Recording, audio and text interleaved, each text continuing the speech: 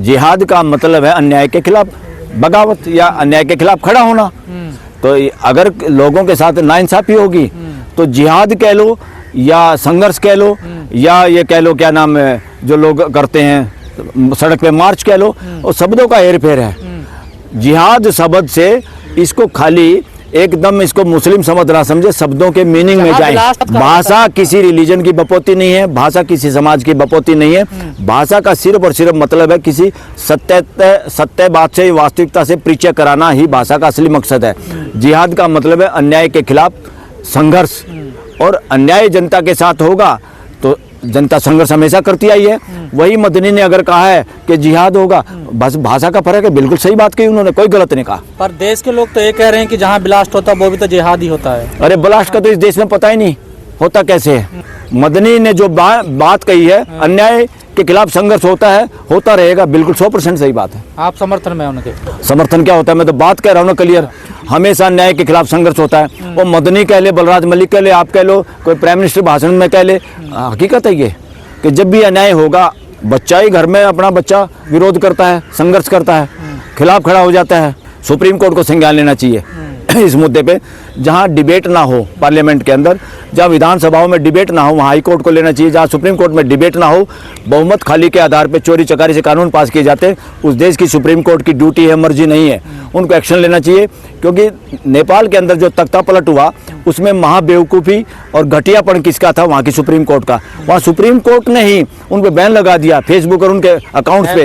ये तो जिस सुप्रीम कोर्ट को लोगों के फंडामेंटल राइट बचाने चाहिए, वो सरकार की गोदी में बैठ के फैसला सुनाना था। फिर भाग्य सारे के सारे लंगोटा अपना दबा के, कोई मंत्री संतरी पीएम सीएम कोई नहीं मिला वहाँ पर और चेंज हो गया।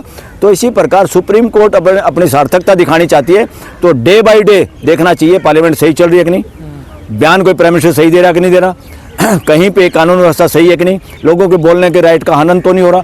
इसलिए सुप्रीम कोर्ट खाली मुकदमे जो कोई फाइल करेगा उसको सुनने के लिए नहीं है, रात को चौकीदारा करना मिलिट्री से भी ज्यादा देश के अंदर किसी की ड्यूटी है तो वो हाई कोर्ट्स और देश की सुप्रीम कोर्ट। मौसम का मजा ले रहे हो दिल्ली में, सर नहीं ले रहे हैं आप? मौसम का मजा तो प्राइम मिनिस्टर ले रहा होगा, जो देश के लोगों को कह रहा है कि मौसम का मजा लीजिए, ऐसा मैंने भी सुना शायद।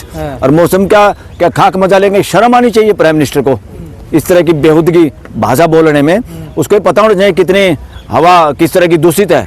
और सबसे ज्यादा पीड़ित होते हैं गरीब तबका, जो पैसे से खरीद कर एयर प्यूरिफायर रात को अपने घर नहीं लगा सकते। हालांकि उसका भी कोई फायदा नहीं जब दिन में आपको घूमना है या आप एसी गाड़ी में नहीं, जहां आपको कम से कम इस तरह के पार्टिकल से सामना करना पड़े। वो तो अपने घर में पता नहीं देश के पैसे से प्यूरिफायर लगाए बैठा होगा। पहले तो अंदर कैमरे से सारा प्राइम मिनिस्टर हाउस देखना चाहिए, वो पैसे से कितनी मौज कर रहा है इस देश में, ये मंत्री संतरी कितनी मौज कर रहे हैं। लोगों का जानने का अधिकार है। इस देश का प्राइम मिनिस्टर नाम के पद पर जिस आदमी को बिठाया वो किस तरह की जिंदगी जी रहा है, उसकी कोई प्राइवेट जिंदगी नहीं हो सकती। प्राइम मिनिस्टर की निजी लाइफ सिर्फ वही होती है, अपने घर की चारदीवारी, अपना बेडरूम, इससे अलावा कोई किसी के प्राइवेट लाइफ नहीं होती लोकतंत्र के अंदर। आप लोकतंत्र के अंदर प्राइवेट लाइफ को होगे, लेकिन अब तो आपके फोन के जरिए सरकार वहां भी घुस जाएगी, आपके बेडरूम में आप क्या बातें कर रहे हैं, किससे बातें कर रहे हैं। इसीलिए तो नहीं घुसना चाहिए ना। अगर उसमें लॉ का वायलेशन है, सुप्रीम कोर्ट का वायलेशन है राइट टू प्राइवेसी में, तो चैलेंज होगा, रोका जाएगा। मगर उससे पहले तो ये अपोजिशन नाम की जो चिड़िया है इन्हीं को रोकना चाहिए, पार्लियामेंट में जो लोग हैं। अब बीजेपी के तो रोक नहीं पाएंगे क्योंकि बीजेपी में तो सबसे ज्यादा डिक्टेटरशिप है, जो अपने आप को सबसे बड़ी पार्टी कह रहे थे। इससे मतलब जो धन्ना सेठ है, जो मोटा माल रखे हुए हैं, उनको सब फोन से वो कब तक छुपाएंगे, उनको बात करनी पड़ेगी। अरे धन निकालने के लिए तो नोटबंदी की थी, जिसपे सुप्रीम कोर्ट ने बड़ी बेहुदगी के साथ स्टैंप लगा दी थी, मोहर लगा दी थी। ये सही है, जहाँ पे राय मशवरा नहीं लिया गया उसे रिजर्व बैंक से, पॉलिसीज को फॉलो नहीं किया गया, सारे पैसे तो बाहर आ गए। बल्कि उससे बीजेपी और आरएसएस अमीर हो गई। उसी पैसे से बीजेपी और आरएसएस की बिल्डिंगें बनी हुई हैं, जहाँ बताते हैं अब दिल्ली में जो झंडेवाड़ा पे कोई मंदिर भी बुलडोज कर दिया। अरे भाई आरएसएस तो ठेकेदार है मंदिरों की, ऐसे सारे मंदिर गिरवा दे तो देश का पीछा छूट जाए, आरएसएस गिरवा दे तो अच्छी बात है। मेरे को कोई एतराज नहीं, क्योंकि मैं मंदिर में कहीं नहीं देखता कोई ठहरने की व्यवस्था हो या खाने की व्यवस्था हो जो गुरुद्वारों में है। पूरे देश में पारदर्शिता आ जाएगी सर। अपने फोन पर किसी तरीके की बात करने से पहले 10 बार सोचेंगे। हाँ, पहले तो कौन सी ऐप ने काम किया भाई, वो ऐप काम कर देगी ताकि महाराष्ट्र में एमएलए खरीद का सामना ले जाए जा सके। पकड़े जाएंगे क्या उस ऐप से वो लोग पुराने जिन्होंने मुस्टंडा और गुंडागर्दी करी, इस देश के लोकतंत्र के साथ मजाक किया है? क्या उस ऐप से पता चल जाएगा कि किस षड्यंत्र के तहत बिहार के लोगों को और औरतों को पैसे बांटे गए, कौन से कानून के तहत बांटे गए, कौन कौन इस षड्यंत्र में शामिल थे और इलेक्शन कमीशन क्यों नहीं बोल पाया, high court supreme court so मोटो एक्शन क्यों नहीं ले पाई, जबकि सुप्रीम कोर्ट का फैसला इसके खिलाफ था कि इस तरह आप नहीं कर सकते।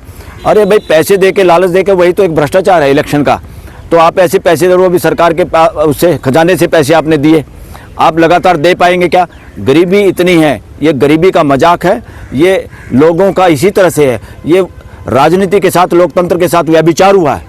आप अगर ईमानदार है तो ट्रांसपेरेंट रहिए, उनके ऐप का सामना कीजिए, आप मोबाइल में रखिए, और जो भी अगर आप कोई गलत काम नहीं करें तो उस ऐप से क्यों डर रहे हैं? अरे ट्रांसपेरेंसी के लिए वो कह रहे हैं कि क्यों डर रहे हो। अगर नरेंद्र मोदी ये कह रहा है कि ट्रांसपेरेंसी से डर रहा है देश से, हम तो ब्लैक मनी को इकट्ठा करना चाह रहे हैं, या नोटबंदी में कितना ब्लैक मनी आया जो देश के लोगों को झूठ बोल के, अब तक तो एफआईआर दर्ज होनी चाहिए थी और सुप्रीम कोर्ट को और हाई कोर्टों को कॉग्निजेंस लेना चाहिए था।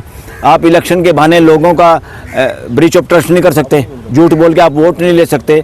और दूसरा जो आप ये कह रहे थे, जो आदमी पूरे देश को सुधारना चाहता है, या जो लोग सुधारना चाहते हैं, वो पहले खुद सुधर लें। गर्लफ्रेंड बॉयफ्रेंड पर भी नजर रहेगी सर, कोई जाति के अलग होके प्यार ना करे, कोई किस लड़की से बात कर रहा है, कॉलेज जाने वाला लड़का कहीं प्यार तो नहीं कर रहा है, पढ़ाई कर रहा है कि नहीं, इस तरह की चरित्र की ट्रांसपेरेंसी आएगी। ये द्वापर युग आएगा, त्रेता युग आएगा, तो ये साक्षात राज होगा। ये प्रश्न तो फिर सुब्रमण्यम स्वामी से पूछो।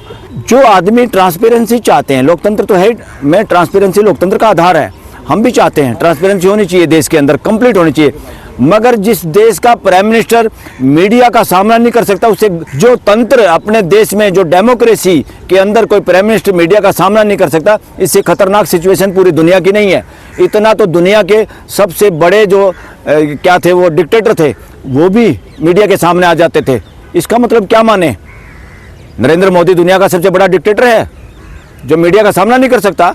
ये लानत है डेमोक्रेसी पे, पूरे देशवासियों पे लानत है कि हम इस तरह के लोगों को सत्ता में बिठाए बैठे हैं कि जो मीडिया का सामना नहीं कर सकता। और देश के लोग अंधभक्ति में, अंधभक्ति यानी आस्था और कैपिटलिज्म, पूंजीवाद, दोनों एक सिक्के के दो पहलू हैं, दोनों अमानवीय है, मानवता के खिलाफ हैं, लोकतंत्र के खिलाफ हैं। ये लोकतांत्रिक मूल्यों के आधार पर चल ही नहीं सकते, इसलिए लोकतंत्र का विनाश करके ही इनकी जड़ें हरी होती है। निजता के अधिकार जो है नागरिकों को, उसका हनन करती है।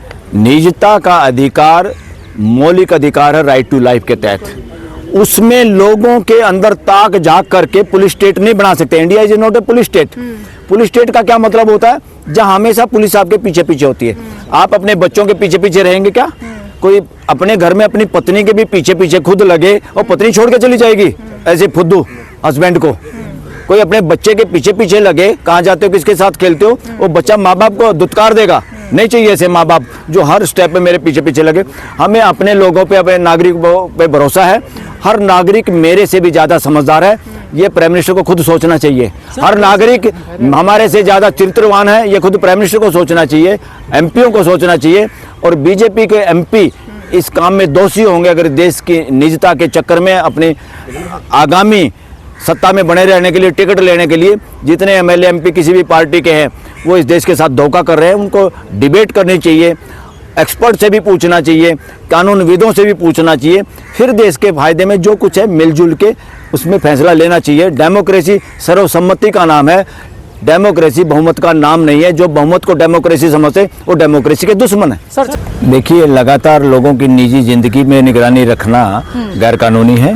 Supreme Court right to privacy पे जजमेंट दे चुका है कि प्राइवेसी हमारा जीने का एक मौलिक अधिकार है, इसमें कोई हनन नहीं कर सकता। इस तरह तो कल आप और कहेंगे कि मियाँ बीबी का झगड़ा, उसके बेडरूम में भी कैमरा होना चाहिए, क्योंकि जब वो मियाँ बीबी का तलाक या कोई डोमेस्टिक वायलेंस का मामला होता है तो एविडेंस वो दे नहीं सकती, अबला नारी है, इसलिए पहले ही घर में कैमरा होना चाहिए बेडरूम के अंदर। ये भी कहेंगे that is nonsense on the part of government और anybody who wants such type of rules. और लोकतंत्र में हर मुद्दे पे कुछ भी रूल बनाए, कानून बनाए, उसका आधार होता संवाद। जैसे प्राइम मिनिस्टर ने कहा ना, ड्रामा नहीं डिलीवरी होनी चाहिए। मैं यहाँ प्रधानमंत्री को कह रहा हूँ, ड्रामा नहीं, डिलीवरी भी ऐसी नहीं जो बिना संवाद के हो। ऐसी डिलीवरी लोकतंत्र के खिलाफ है, जहां आप मेजोरिटी के नाम पे मैक्सिमम लोगों को बाहर कर देते हैं पार्लियामेंट से और फिर चोरी चकारी से मेजोरिटी का नाम लेके कानून पास कर लेते हैं। वो डिलीवरी नहीं, वो पार्लियामेंट का आतंकवाद है देश के लिए। तो ये जो मीठे मीठे सेंटेंस इस तरह प्राइम मिनिस्टर ने उस दिन कहा कि ड्रामा नहीं डिलीवरी होनी चाहिए, मैं कह रहा हूँ ड्रामा नहीं, संवाद होना चाहिए। जो पार्लियामेंट के अंदर ड्रामा होता है मेजोरिटी के नाम पे, वो नहीं होना चाहिए। स्पीकर और सभापति का ड्रामा नहीं, उनको सीरियस होना चाहिए डेमोक्रेटिक वैल्यूज़ में कि सबकी सुने। देश में कुछ भी कानून बनाए, अगर उसमें डिस्कशन, डिबेट और संवाद नहीं है पार्लियामेंटेरियन का, तो इस देश के साथ अपराध है और लोकतंत्र के खिलाफ हिंसा है। मैं कहता हूँ ये देशद्रोह है। इसलिए कोई भी अगर नया सॉफ्टवेयर भी डालना है मोबाइल में जिससे लोगों की निजता का हनन होता है, 100% उस पर डिस्कशन, डिबेट होना चाहिए, स्पेशल पार्लियामेंट्री कमेटी में होना चाहिए, सारे लोग, सभी दलों के लोग उसमें शामिल होना चाहिए। जिस आदमी ने जो कहा उस बात को लिखा जाना चाहिए, और किसी की बात को काटना है तो लॉजिकली उसको सत्ता पक्ष को काटना चाहिए, और देश को इन बातों का पता होना चाहिए। क्योंकि अल्टीमेटली पार्लियामेंट में जो होता है वो हमारे एजेंट हैं, हमारे प्रतिनिधि हैं। वो प्रतिनिधि भी क्या करते हैं, हमारी नज़र उन पे होनी चाहिए। अब लोगों की निजी ज़िंदगी पे नज़र होने की बजाय देसी पैगासस के जरिए देश की नज़र पार्लियामेंटेरियन पे होनी चाहिए। एक एक पार्लियामेंटेरियन, एक एक विधानसभा का मेंबर, जनप्रतिनिधि देश के लिए क्या कर रहा है, अपने हल्के के लिए क्या कर रहा है। देश के पार्लियामेंटेरियन तो जो पार्लियामेंट में बैठे हैं वो तो एक तरह से उसके घरेलू नौकर की तरह हो गए पॉलिटिकल पार्टी के। बीजेपी के एमपी हों चाहे कांग्रेस से चुने हुए एमपी हों, पार्लियामेंट में जाने के बाद वो बीजेपी या कांग्रेस के एमपी नहीं रहते, वो जनप्रतिनिधि हैं देश की जनता के। तो पार्लियामेंट की चार दीवारी में अगर चले गए तो आप कोई बीजेपी नहीं, कोई कांग्रेस नहीं, ये ड्रामेबाजी बंद करनी चाहिए। प्राइम मिनिस्टर को इसमें शुरुआत करनी चाहिए। हम कहते हैं प्राइम मिनिस्टर ड्रामेबाजी बंद करो, लोकतांत्रिक मूल्यों पे अपने जियो, लोकतांत्रिक मूल्य आपके जीने में भी झलकने चाहिए। लेकिन सर सरकार कह रही है कि साइबर क्राइम को रोकने में, जिस तरीके की गतिविधियां आप देख रहे हैं बढ़ रही हैं लगातार, उसको रोकने में ये ऐप बहुत कारगर है। अब तक 50,000 से ज्यादा इसके डाउनलोड्स ऑलरेडी हो चुके हैं, और अब इसकी तमाम अच्छाइयां सरकार एक के बाद एक लेकर आ रही है कि इसकी वजह से हमने बहुत सारे फोन रिकवर किए। अरे सबसे ज्यादा तो ऐसी ऐप बननी चाहिए पॉलिटिशियन के लिए। जितने पार्लियामेंटेरियन हैं, जितने एमएलएज हैं, जितने जनप्रतिनिधि हैं, उनके दिमाग में चिप लगानी चाहिए गवर्नमेंट ऑफ इंडिया की तरफ से। उसमें प्राइम मिनिस्टर को भी उसमें लगानी चाहिए हेड में, कि वो क्या कर रहा है। उनका कोई नाम तो नहीं आ रहा कहीं बाहर जर्नी करने तो से। आपको लगता है कि इसके जरिए सरकार जासूसी करने की कोशिश अरे जासूसी तो इन पार्लियामेंटेरियन के करने की जरूरत है। ये ड्राइंग रूम में क्या क्या बदमाशी षड्यंत्र करते हैं इस देश की वोट खरीदने के लिए, इस देश की वोट काटने के लिए, शराब बांटने के लिए, पैसा बांटने के लिए, वोट चोरी के लिए, सारी गुंडागर्दी तो यही लोग कर रहे हैं। इतने देशों के ये ऐप सबसे पहले इन पार्लियामेंटेरियन जितने एमपी हैं, इंक्लूडिंग प्राइम मिनिस्टर हो, इंक्लूडिंग रहमत, जो भी हैं, सब पोजीशन अपोजिशन, सब इनके मोबाइल में ऐप होनी चाहिए, ताकि ये लोग देश के साथ न्याय कर सके, गद्दारी ना करें।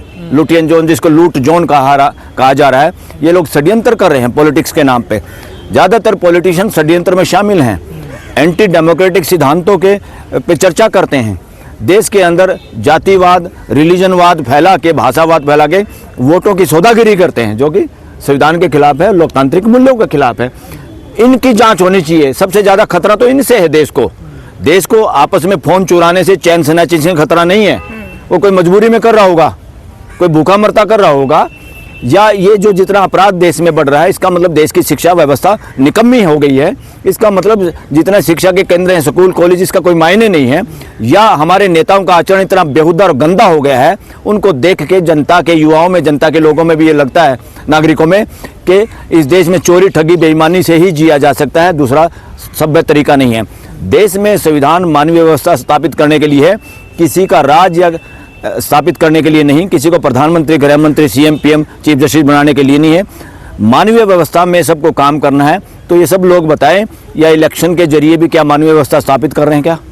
जो लोग इलेक्शन से पहले, आप इलेक्शन कमीशन को कंट्रोल में कर लो, आप कोर्टों को कंट्रोल में कर लो, और आप सुप्रीम कोर्ट के फैसले के खिलाफ जाके आप तुरंत महिलाओं को पैसे बांटने का काम करते हो, जो कि सरेआम देश के लोकतंत्र के साथ मजाक था, भ्रष्टाचार था।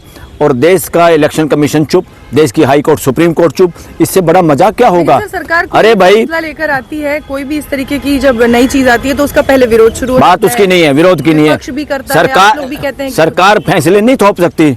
सरकार ये फिल्मी स्टाइल वाली सरकार नहीं है, जिसमें गरीब आदमी, लाचार आदमी, गुंडे मवाली को कहता था सरकार मेरी जान बख्श दो। उस किसी की लड़की के साथ कोई रेप करता था, गुंडा मवाली, उसको सो कॉल्ड बड़ा जमींदार, बिजनेसमैन, तो गरीब आदमी कहता था रैम की भीख मांगता है अपनी बेटी की जान के लिए। तो सरकार वरकार कुछ नहीं देश में। देश में गवर्नमेंट ऑफ इंडिया का मतलब है देश की मानवीय व्यवस्था। और मानवीय व्यवस्था में सबसे पहला आचरण तो मानवीय इन सब का होना चाहिए जितने सरकार में बैठे हुए हैं, नेता वेता जितने भी जनप्रतिनिधि हैं। कितने सारे तो ऐसे भ्रष्टाचारी लोग हैं, दुराचारी लोग हैं, हत्यारे लोग हैं जिन पर दुनिया भर के मुकदमे हैं। क्या है, इनमें सामना करने की हिम्मत नहीं। सबसे पहले देश में चाहे बेडरूम में लगा दो पेगासस, मगर सबसे पहले इस देश के पार्लियामेंट के बैठे हुए लोग इंक्लूडिंग प्राइम मिनिस्टर तैयार है क्या नार्को टेस्ट कराने के लिए? उनमें पहले भी इस बात की हमेशा आरोप लगाए सरकार कोई कानून बनाए, अच्छी बात है, चेंज इज द ट्रूथ, मगर उस चेंज का मतलब क्या है? भाई हम जो कानून अपने घर के लिए बना रहे हैं, घर के सभी सदस्यों से डिस्कस करेंगे या नहीं करेंगे, डिबेट करेंगे कि नहीं करेंगे? और अच्छी बात, कोई नया बच्चा भी हमारा घर का करता है तो हम उसकी मानते हैं कि नहीं मानते? तो ये देश की पार्लियामेंट देश का घर है, ये परिवार है। उस परिवार में पक्ष विपक्ष नहीं होता, ये भी गलत तरीका है। इंडिया में अब तक पक्ष विपक्ष खत्म हो जाना चाहिए था। सब पार्लियामेंटेरियन अल्फाबेटिकली बैठने चाहिए थे। जो अभी भी ये ट्रेजरी बेंच और अपोजिशन बेंच, लोकतंत्र में अपोजिशन नहीं होती, लोकतंत्र में सभी भागीदार होते हैं, मानवीय व्यवस्था के लिए अपना अपना योगदान देते हैं। अपोजिशन नाम देना, ट्रेजरी बेंच देना, ये बेहूदगी है, ये तुरंत बंद होनी चाहिए देश के अंदर।